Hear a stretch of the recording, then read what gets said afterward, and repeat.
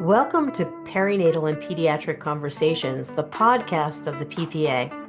I'm Dr. Linda Slack, and I have with me again today Dr. Jessica Tagliarini.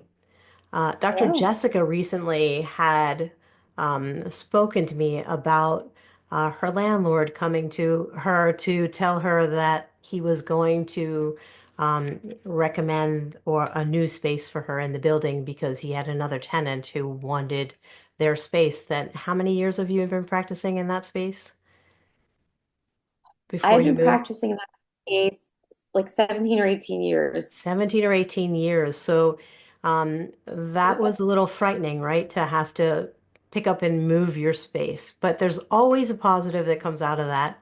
And so you got to re-look at your space or and build your dream office, didn't you? I did. It was interesting. At the time he approached me and my husband, who practiced together, he said, we were actually been thinking about what could we do, what could we rearrange or reconfigure in our existing space because we had outgrown it to some degree, but there was definitely some wiggle room in rearranging what we had. And he came to us, thank God, right as we were about to start this project and said, I need to move you, but I'm moving you into this space and it's a little bigger and I'm going to pay for the build out. So he basically what gave us walls wherever we wanted, paint, carpet, new ceiling, lighting, whatever we wanted. Literally, he put in an air circulation system.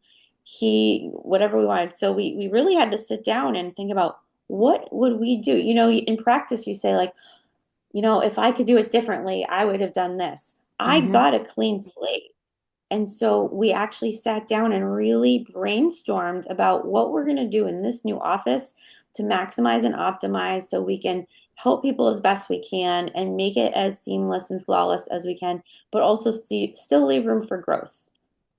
So having a family practice, what kind of changes did you make to do that? What were the biggest changes? Well, we went from having rooms where we adjusted to open adjusting. It wasn't a tremendous change in that during COVID we had taken the doors off. So it was sort of open, but now we went from closed doors to no doors to now open with like those T frames that are about half walls.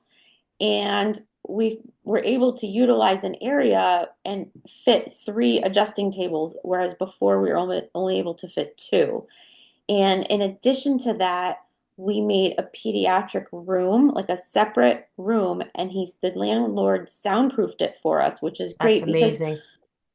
yes, because Right. sometimes these babies they come in and they're overstimulated and they're crying and they're miserable and not because you did anything, but they just walk in like that or not walk in like that. The parents walk in with them. Last You know last what I mean? week we actually had a new patient in the office, adult, who heard a Mhm. baby screaming in the back and said, "What days did you say the babies came into the office?"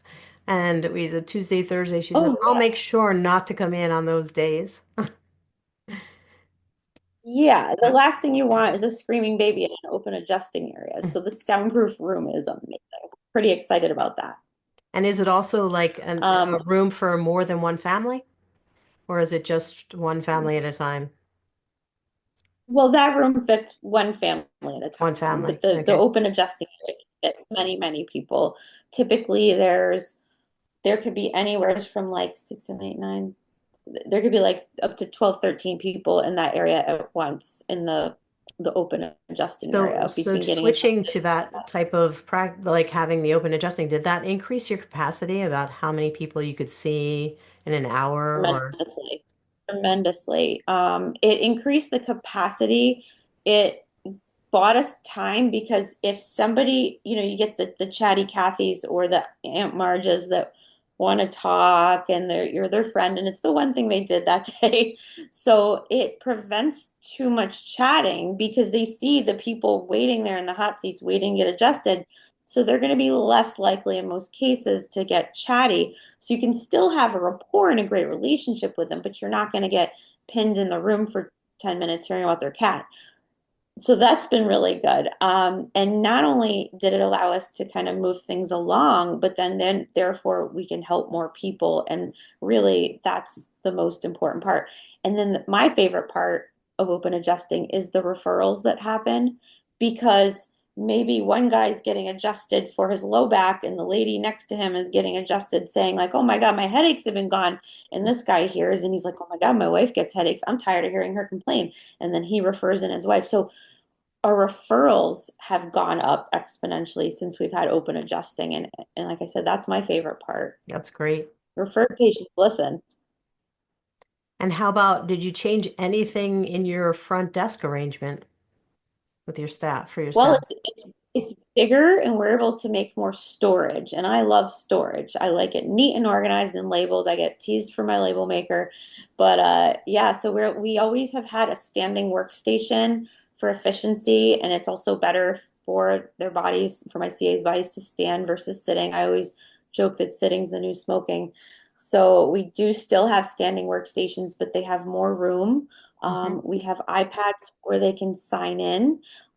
We have very attractive front desk where we had sourced some barnwood from a barn in Connecticut, and it just looks beautiful and beautiful lighting, and I just got to make it exactly how I wanted it.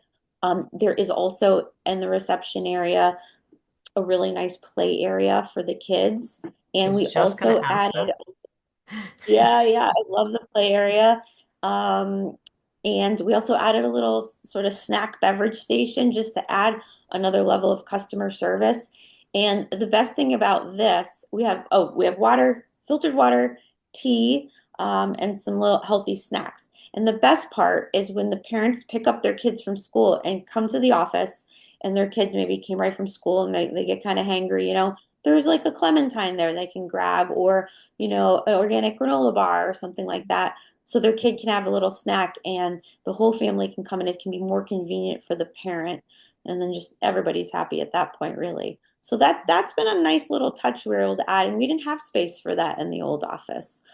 That's Um, great. And what do you do when you have a big family or a family that comes in, or the mom and kids come in, and what happens when mom gets adjusted? How do you take care of like the kids while mom's I getting always adjusted? work Yeah, I always work on the mom first because that way if it's younger kids and they get antsy, at least the mom's not trying to relax and get adjusted while the kids are antsy. I make sure and get the parents over with first. The kids might be playing in the open adjusting area. The last bay is a little bit bigger than the other bays, and that's my bay because I have it set so you can fit a double stroller. And so Mm, that nice. was, I put every little detail of thought into it. We also have a room that is a multi-purpose room that the moms can use to nurse, and they know they're welcome to nurse anywhere, but having that area has been really great. That's excellent. Anything else? What's your favorite part of that office, the new office? I mean, everything. I don't know. I like all of it. My favorite part is that I got to do exactly what I wanted. Like there's things we'd always want to do, like in front of the hot seats on the wall behind the adjusting stations is a big, huge TV, and I have patient education scrolling on that, and that's good. And the patients get into that. Um, I love having the I love having just everything available that the families need. We've got changing tables in the men's and the women's room in the common area in the hallway. We have diapers and wipes if the parents need it. We just have lots and lots of storage. Um, Everything just flows better, and the stress level is lower as a result of the good flow. And I really look forward to going to work. I really sincerely do. Wonderful. I just said to a patient this evening, and there's nothing more that I would prefer to do than be in the office and taking care Oh, of people. So I yep, want to it's the best thank you option. again for sharing that with us, and know that, anything that appears to be a stress initially can turn into a wonderful thing, right? That Yeah. having a brand new, beautiful office and also having your landlord pay for the build out is pretty exceptional as well. So that was It was a great opportunity. intimidating at first. Yeah. Scary at Coordinating first. moving. Yeah, the phones, the computers, the X-ray, the internet, having everything switched. I don't know if I told you this actually, but we worked the day we moved, we worked till noon. It was a Friday. We always work till noon. And literally, we were open on Monday. We moved Wow. everything that Friday. On Saturday, we put things away. On Sunday, we hung up pictures on the walls, and it was business as usual on Monday. It Wow. was So no an act downtime. of God, no downtime. That was a little crazy. I don't recommend doing it that way. It was an act of God. It all went off without a hitch. But wow, that was quick. Nice, nice, nice. All right. Well, thank you so much again. And as always, we would love to thank Floating Axe Technologies for all their help in putting this podcast together. And we'll see you next time.